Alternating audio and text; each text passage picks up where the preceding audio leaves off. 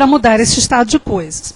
Um dos exemplos claros é o momento da ditadura militar na década de 70. Né? As pessoas não tinham muita condição de se manifestar. E como era o ensino da arte naquela época? Uma postura mais técnica, mais com reprodução de conceitos, e é claro que ninguém estava interessado a fazer os outros pensar, ou a fazer com que os outros aprendessem a criticar, a ver as coisas de uma maneira mais crítica. Quanto mais alienado, melhor. Pode mudar, por favor. Bom, uma presença importante em todo esse levantamento, vocês vão ver na própria bibliografia que vocês têm aí dessa disciplina, é a presença da professora e pesquisadora Ana May Barbosa. É uma pessoa ainda atuante, que tem desenvolvido estudos sobre o ensino da arte no Brasil. Ela foi uma das pioneiras, efetivamente. Então, várias pesquisas, várias informações que a gente traz aqui são oriundas de trabalhos de pesquisa desta e de outras pesquisadoras, como a Gisa Pikoski, a Miriam Celeste Martins, todas elas devidamente mencionadas aí e que constam da bibliografia de vocês. Um outro ponto que eu gostaria de colocar, já falando um pouco sobre como era esse ensino de arte na década de 70, pegando o gancho do que eu falei anteriormente como exemplo. Ele era considerado supérfluo, tá? E até mesmo essa posição ela chega nas décadas de 80 e 90 da mesma forma.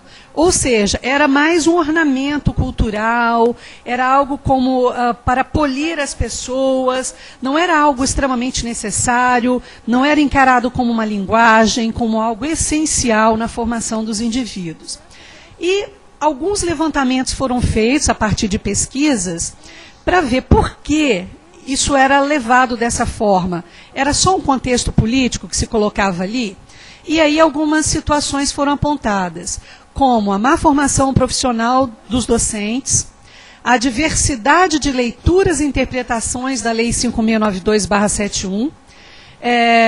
Essa lei regulamentava o ensino de arte e definia a disciplina educação artística. Agora, vocês vejam bem, em 71 o governo criou a obrigatoriedade do ensino de arte por meio dessa disciplina. E nós não tínhamos nenhum curso de nível superior para formar os professores. O primeiro data de 1973. Estranho, né? No mínimo, é estranho. Uma outra coisa que foi apontada também foi a pequena carga horária destinada à disciplina. Aqueles que já são professores sabem bem do que nós estamos falando. Uma carga horária minguada, que antes, né, da nova LDB, muitas vezes se resumia a 50 minutos semanais. As pessoas que ainda não estão atuando devem se lembrar do momento em que elas eram estudantes. Então, a aula português está precisando rever o conteúdo, complementar? Vamos pegar aula de artes, porque não é importante. Geografia está precisando de história? Vamos pegar aula de artes. Professor de português, muitas vezes, complementar a carga horária. Vai trabalhar com a aula de artes.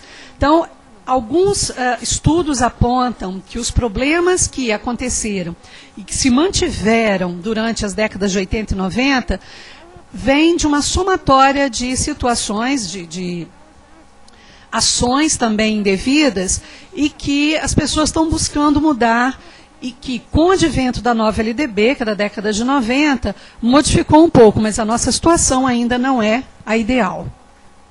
Bom, então, a educação artística foi o nome que essa disciplina recebeu na época, e até recentemente ainda era a terminologia utilizada. Atualmente é artes visuais, licenciatura ou licenciatura em artes visuais. Indo direto agora ao cerne da nossa questão, né? Que história é esta? Vamos voltar um pouco no tempo. Vamos pegar como ponto de partida o século XVII. Naquela época, o ensino da arte estava preocupado com a formação de mão de obra mesmo. Isso se dava onde? Nos ateliês, com os mestres. E o que essas pessoas trabalhavam ali?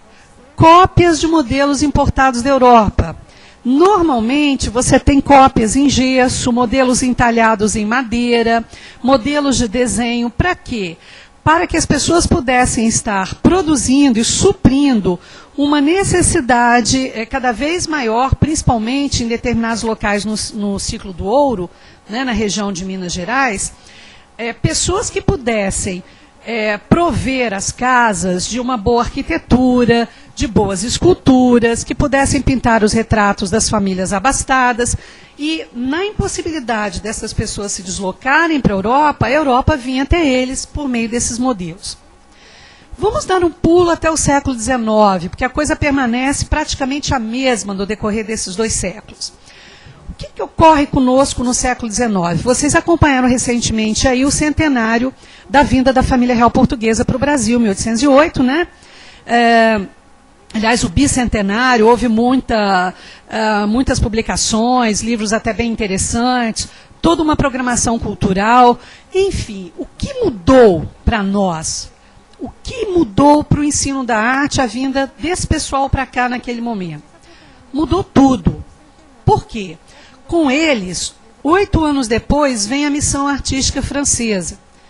O que era esse pessoal? Era um grupo de artistas franceses que foi contratado para quê? Para impulsionar não só o ensino, mas toda a produção artística naquela época, porque a família real precisava de status, precisava de um contexto cultural que se equiparasse àquilo que tinham na Europa.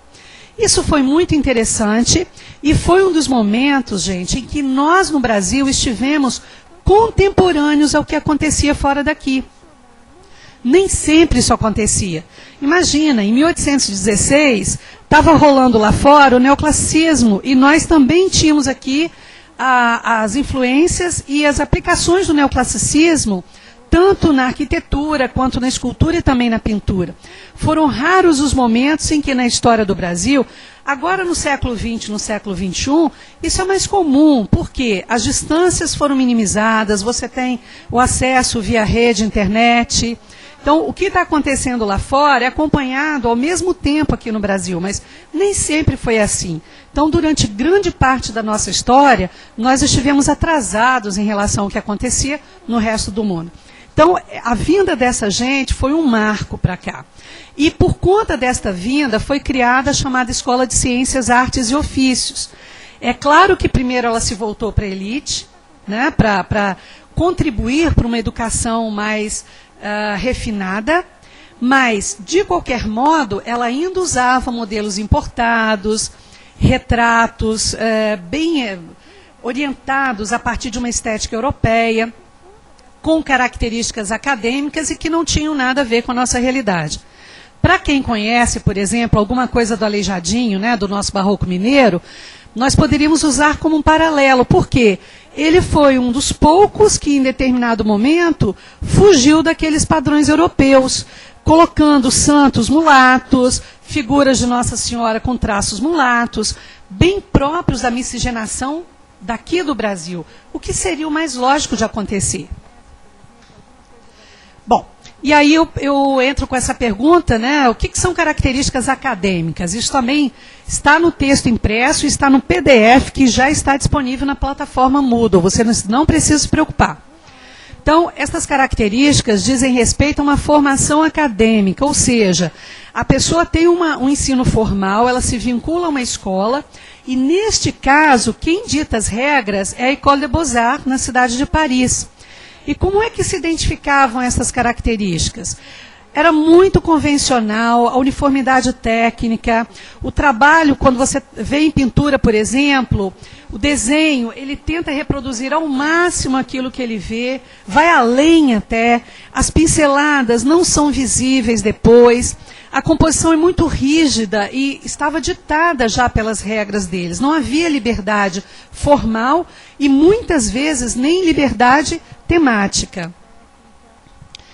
Voltando então para a Escola de Artes e Ofícios. Ainda no século XIX, ela vai se transformar depois em Academia Imperial de Belas Artes.